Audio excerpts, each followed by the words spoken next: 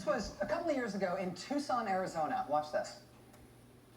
Police say they stopped the man after he made an improper right turn.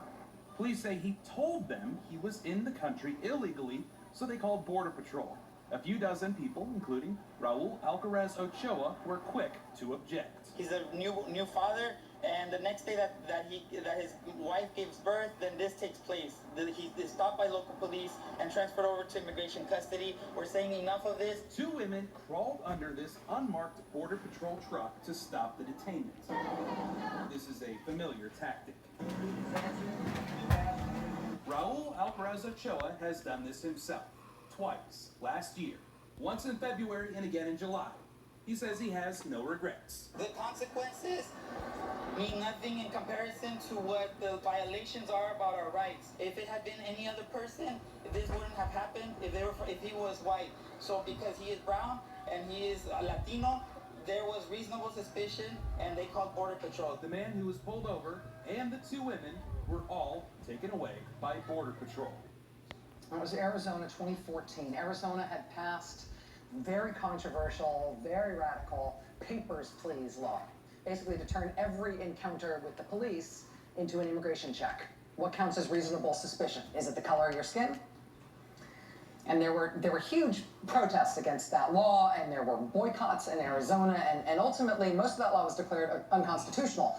But along the way, there was also civil disobedience. People organized these local efforts to block local police, to block federal officers from grabbing people off the street and taking them away. It didn't always necessarily work in the moment, but that was the level of resistance people were prepared to offer to that short-lived anti-immigrant law in Arizona. The man who wrote that short-lived anti-immigrant law in Arizona is also the man who wrote the famous and short-lived anti-immigrant law that made Hazleton, Pennsylvania famous as the most anti-immigrant city in the country. He's also the same man who wrote the famous and short-lived Alabama anti-immigrant law, which was even more strict than the Arizona Papers, Please law. The guy who wrote all of those super draconian anti-immigrant laws all over the country, all of which were just mauled in the courts. The guy who was responsible for writing all of them is now heading up immigration issues for the Donald Trump transition effort in Washington. His name is Chris Kobach, and he says anything you're hearing about how maybe Donald Trump doesn't really mean it when he says he wants to deport millions of people starting immediately. Actually, he means it. Right now, we have untapped resources of more than 5,000 deportation officers who are figuratively being chained to their desks by the Obama administration, which will not let them do their job and deport people. So when we release those untapped resources, you're going to see enforcement go up immediately. You're going to see enforcement, you're going to see deportations immediately.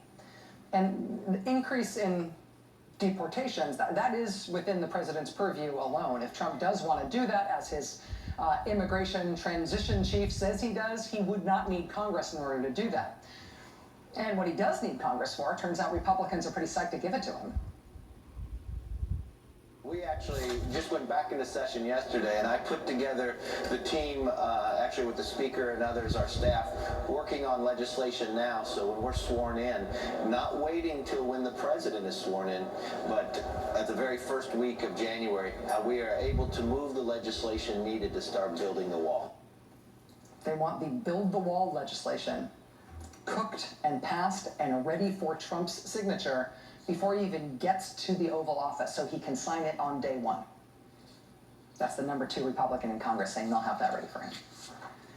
This is a particularly scary time for immigrants in general in this country, particularly, I would say, for the 700,000+ young people who were brought to this country as kids, who accepted President Obama's offer in 2012 to step out of the shadows. These 700,000+ young people who came out and told the federal government that they're here without documentation.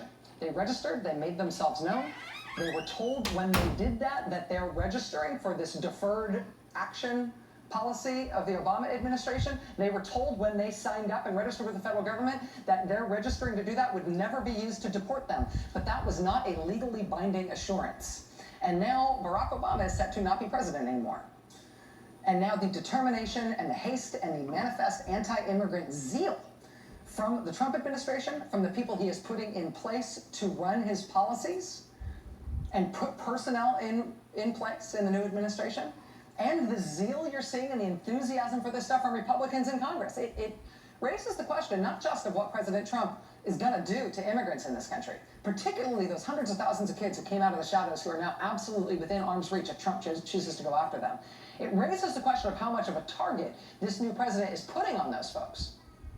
But it turns out it's also raising the question of what people around this country will do to defend those folks if Trump comes after them like he says he will. And we've got a very, very interesting part of that answer next.